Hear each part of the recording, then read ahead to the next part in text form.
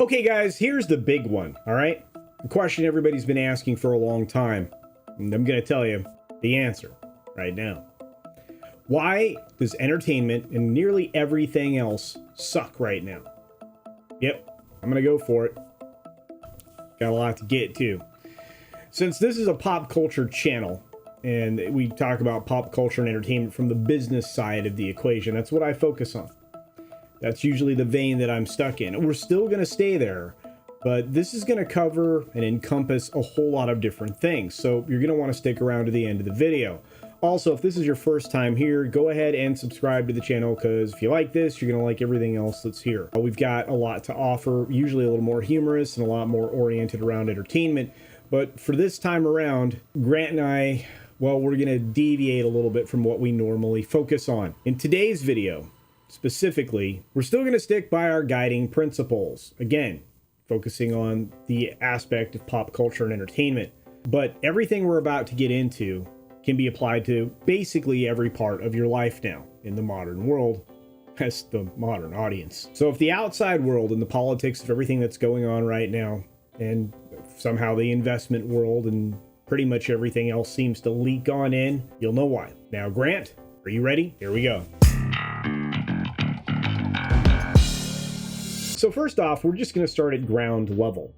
The people who are currently making things in entertainment, not all of them, but many of them, they're coming at it from a place of being rather immoral. Now, I'm not passing judgment. I'm just elucidating what's going on right now. And yes, I said it. Immoral. And of course, like I said just a moment ago, it's not everybody that's making entertainment. It just seems to be the people that are in charge of it and some of their very close sycophants. It's the ones that are making the big stuff, the IP stuff, the things that we used to love 5, 6, 8, 10 years ago. Why do I say that these particular leaders are immoral? Well, they're the ones at this point who have replaced morals and righteousness and goodness and all of these other attributes with power at every step, at every turn, a pursuit of power. Now, they scoff at simple good, acts of heroism, kindness, simple behaviors that you and I do each and every day. Because to them, those things are weak.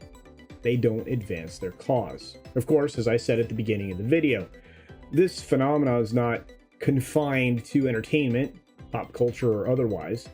It permeates well beyond that, out beyond the bounds of, well, nearly everything. The people at the highest levels, I'm sure you could assume, are corrupted in various ways. And some of them may not be conscious to what level they've been corrupted or to what extent, or even to the fact that they may be corrupted. I mean, you're free to choose any secondary and tertiary motivation that they may have as to why they are doing this type of thing.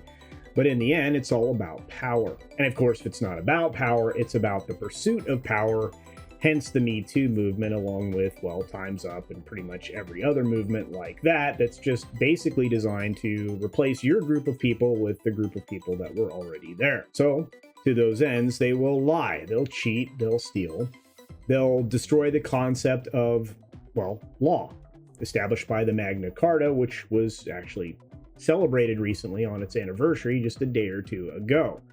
The anniversary of its creation, that established the rule of law, that justice is applied equally to everyone.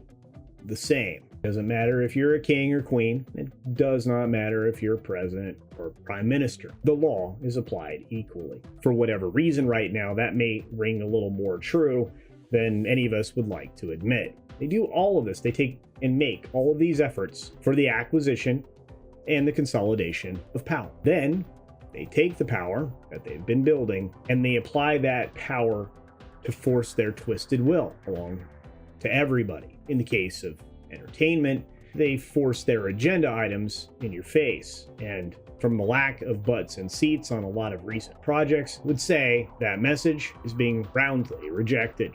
Of course, all of this accomplishes a secondary goal, which is to destroy the things that we all admired, that was once close to our hearts. But to be fair, it's all that they know. So in the broadest sense, and again, we'll go a little bit outside of the entertainment sphere here, it's why companies suck now. They're being destroyed from within by a lot of very insidious factors. They're corrupted by division, exclusion, and indoctrination. It's no wonder why the acronym calls out to a deity. This is what DEI really is, and it's been being exposed here on my channel and many others that you are probably familiar with. See, the initial move is to divide us all up into more manageable groups, and then it starts its metric of exclusion based on some imaginary wrong or a ranking in the victimhood hierarchy. And then it indoctrinates others into a way of thinking that points out each varying other group as bad, division. And then they label them incredibly inaccurately as something they themselves are actually practicing. And you can add a word there if you want, Yahtzeeism or any of those other words, because they have no historical frame of reference, because, well, they've either forgotten or not been taught history. It's always said that history does not repeat itself, it merely rhymes. This time, we're rhyming rather closely. Of course, these initial practices we've seen before in Germany and in China, and it's been identified in many ways. A lot of people have different words for it, different adjectives. You have different forms of censorship and suppression, fairly accurate descriptions. But then you have larger concepts like neo-Marxism, and then obviously the blatant one being anti-American. You can take your pick from any of those things, they all apply. And not without a little bit of irony, but this ideology is so hollow and so driven by a carrot and a stick approach that when confronted with an actual backlash where people actually stand and rise up, it short circuits into a very tight doom loop. And we've witnessed that happen recently. In fact, look at Bud Light and at Target, maybe even, if you want to throw at an individual, Garth Brooks and a few others. And those are just merely for frames of reference, because I'm sure we're going to be adding to a whole lot of those experiences for corporations. What's sad is that this discards decades worth of learning that, the masses were taught starting all the way back in the 40s up through the 60s, where now people are telling you to forget the content of others' character, or even your own. It's the color that is the ilk. It's the color that should be focused on in every regard, in the most racist ways you can imagine. And that's saying something, because believe it or not, it's part of that belief system. Now, you can call that belief system any number of things. It's ideologically driven. A lot of people are, simply referring to it as woke or intersectional, but it's broader and it's worse. Now, if you or anyone is only being judged by their immutables, that's a real problem.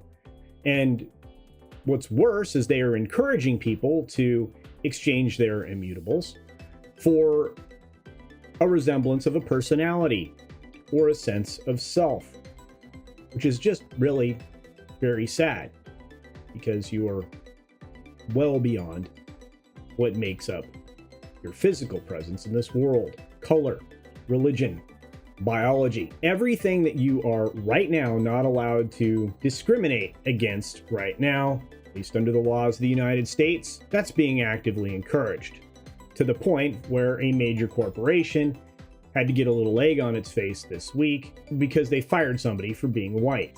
You guessed it, that was Starbucks. But even something like that isn't going to stop these mainstreamed movements right now, which are being pushed from every corner by just a handful of entities with a whole lot of money and, you guessed it, power. They advance and they continue to destroy, and their destruction and their actions are designed to keep you and me divided.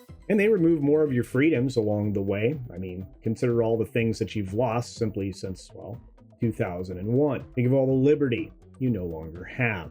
And think about a two-tier justice system where somebody can go about murdering somebody and get 6 months in jail, or people who are doing even more reprehensible things, including murder, that includes, going after the young ones and getting practically no punishment at all. The people that are involved in all of this, and it doesn't matter if it's entertainment or the business world or anywhere else, they work tirelessly to identify themselves as victims from the very beginning, so that they can blame others and take advantage and try to replace themselves in the position that they, covet. They also do it so that they can go ahead and try to punish their so-called oppressors, who are basically supposed to have destroyed their lives. Now, We're going to return this back to entertainment. All of those elements that we just talked about, well, they've been shoved into entertainment. You see, the problem is when you put all of that weight on top of an idea, or even any type of idea related to storytelling, it turns out rather soulless, and I think you could admit you've seen a lot of soulless things recently, whether it be shows on streaming platforms, or even linear television, or even films, sometimes stretching to Broadway and even books. It doesn't feel right. It feels wrong. You can tell. The only thing that can move the needle even a little bit when it comes to this kind of storytelling is when they're actually honest with you. And when is that honesty culture? Well, when they identify with the villain. Because think to yourself, how many times modern entertainment has identified themselves with the misunderstood villain. That's basically all they're doing, whether it's a deconstruction of heroes and the adulation of the bad guy. It really does show their true colors. It shows you where they're coming from. They know who they are. They truly do. They know they're wrong, and they don't care. It's, I guess, maybe a little bit of guilt coming through, but maybe not. I mean, we are dealing with enormous narcissists here. And when it comes down to it, it's the only time that you actually feel like when you're watching something based on all of that it feels even remotely authentic. You see, in their world, there can't be virtuous heroes. There can't be normal human relationships. There can't be any real dialogue, and there can't be a good versus evil. It all has to be shades of gray. And if you listened closely, what was the theme? Just a moment ago. Can't. There can't be this. There can't be that. So what are you left with? It's a hollowed out shell. And come to think of it, perhaps that describes the people who are putting all of these things in place. Hollowed out shells. And once again, for the most part, the things that they produce are rejected outright. You see, the list of can'ts are so long that the opportunities for anything are few. Nothing left but the messaging. Or, as my friend Drinker says, the message. Let's try a thought experiment really quickly. Think back to the last few films, and I mean a very few films, in the last 5 years that were actually truly good. They were complete, and they were satisfying. They actually left you, at the end of the film, a smile on your face and a warm feeling in your heart. There really weren't that many, were there? There were a handful of decent ones also, but they were compromised by, well, various things to some extent. Nearly everything in entertainment is corrupted and compromised. Everything right now is rather forced. Believe me, you're forced to hear an awful lot, and I'm sure that everything feels that way. But what is the source of all of this, and ultimately who's trying to gain the most power? Well, you need not look any further than your very own pension fund, and your retirement fund's management company is the source of, well, this disaster, this destruction. That monster conglomerate that circularly owns other similar retirement conglomerates is essentially tied in its own circle of essentially mutually assured destruction. They are, for most intents and purposes, the ones that are leading the charge. You want to watch Midnight's Edge video series on ESG and similar. It breaks down exactly what's happening, whether it be Bud Light or something else. In fact, their particular video series has been mentioned many times recently by James Lindsay. It was essentially outlined as a great starting point for gaining knowledge on this particular matter. And it certainly breaks it down in a way that's easily digestible, and it gives you a starting point from which to do your own research, which I would highly encourage you to do. To that end, for these large retirement funds management groups, the goal for them is more and ever reinforcing power, a circle that they continue to draw tighter and tighter. And it destroys everything that is within that does not comply. And if you don't comply from the very beginning, it destroys you along the way. So to put it in genre language, it's the board. It is evil, and it's anti-freedom. And I know that this was a rather long soliloquy, diatribe, sermon, say what you will. But at least you understand that right now what's at stake is, well, your own liberty and freedom. And, well, of course, your opposition to power, which so many people have been telling you to fight for so long. I assure you the rest of the videos this week will be a little bit more lighthearted. Obviously, if you haven't already seen it or it hasn't been released yet, I'll be reviewing The Flash, and we've got a couple of other things in the hopper, because Grant and I like to get some stuff out for you every day or so. But I thought this was important, and I hope you thought it was too. Or if you like things that are a little more lighthearted, please let me know down in the comment section below. If you have a comment on anything I've said, or if you disagree, that's fine too. I don't mind having a discussion there. But let's keep it civil and friendly, because I'm not here to attack anybody. And as I mentioned before, if this is your first time here, or if you're one of the 40% that aren't subscribed, please do so, because it'll actually help me achieve my goal of 10,000 subscribers by the middle of July. And it's starting to look like that could actually happen. And with that, I'll end here. Be sure to take care of yourself, take care of others, wash your hands, of course, because it's good hygiene. And until next time, bye.